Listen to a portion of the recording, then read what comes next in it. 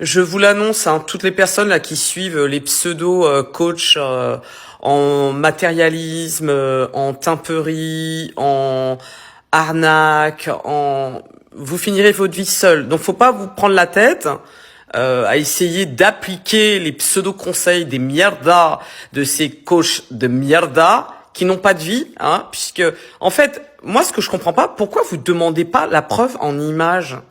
Pourquoi vous ne demandez pas à ces gens de se filmer dans leur vraie vie? Ces gens qui vous promettent monts et merveilles. Alors tu vois, si tu veux, si ton mec ne fait pas ça, si tu veux obtenir ça de ton mec, voilà comment tu dois te comporter. Si tu veux que ta meuf, elle fasse ci, elle fasse ça, voilà comment tu dois te comporter. Si tu veux avoir un max d'oseille sans rien branler, voilà comment tu dois te comporter. Mais très sincèrement, vos coachs là, vos pseudo-coachs de vie là, de mierda, hein, qui sont seuls pour la plupart, je tiens à le rappeler. Pourquoi vous ne leur demandez pas une chose très simple? Montre-nous ta vraie vie. On veut voir. Vous, quand vous achetez quelque chose en magasin, vous regardez la marchandise. Vous achetez pas sans savoir quel produit vous achetez. Demandez aux gens, à ces pseudo-coachs, hein, toutes ces meufs qui vous disent, ah moi, un mec, moi voilà comment je le gère.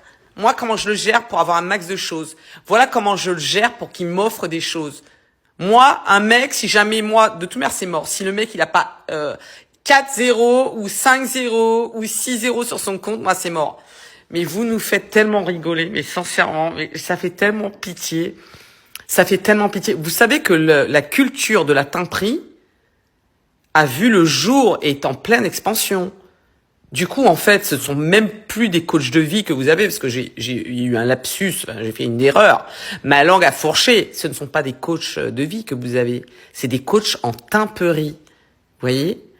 Et très sincèrement, aujourd'hui, quand je vois des gamines, je le redis, de 20 piges qui n'ont rien vécu, qui n'ont même pas encore expérimenté ce qui est réellement une vie de couple, pas une vie de timpe, hein, mais une vie de couple, et qu'elles ont des exigences, mais extraordinaires, fabuleuses. C'est une dinguerie. C'est-à-dire qu'en fait, elles voudraient se comporter comme étant des femmes au foyer, ayant des enfants et un foyer à s'occuper. La plupart, la seule chose qui les intéresse, c'est les ongles, le make-up, les sapes, les sacs, l'esthétique, les soins. Mais meuf, en fait, un gamin de 20 ans est censé t'offrir cette vie-là.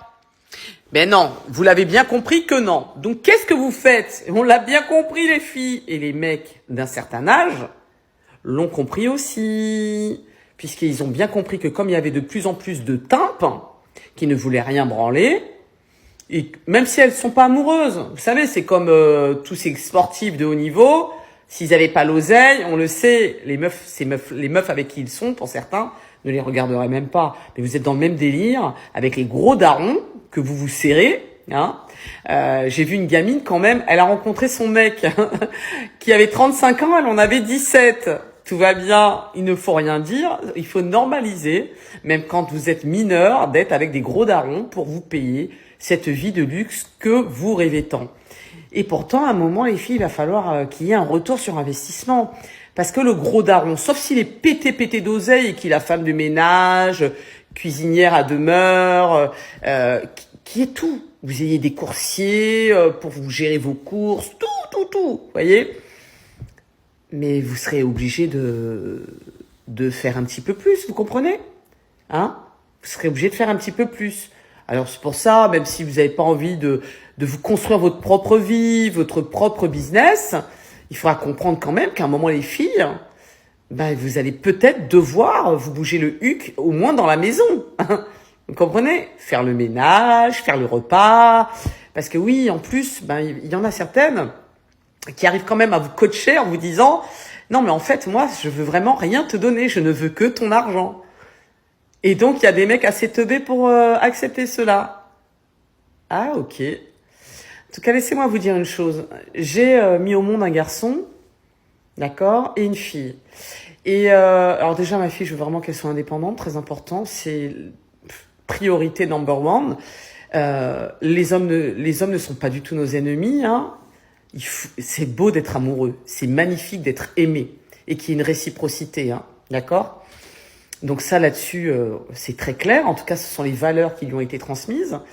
Pareil pour son frère. Et son frère, même si évidemment la galanterie, elle est obligatoire. Tu invites, tu offres le repas, tu invites au ciné, c'est toi qui offres le ciné, c'est logique. Vous voyez ce que je veux vous dire ?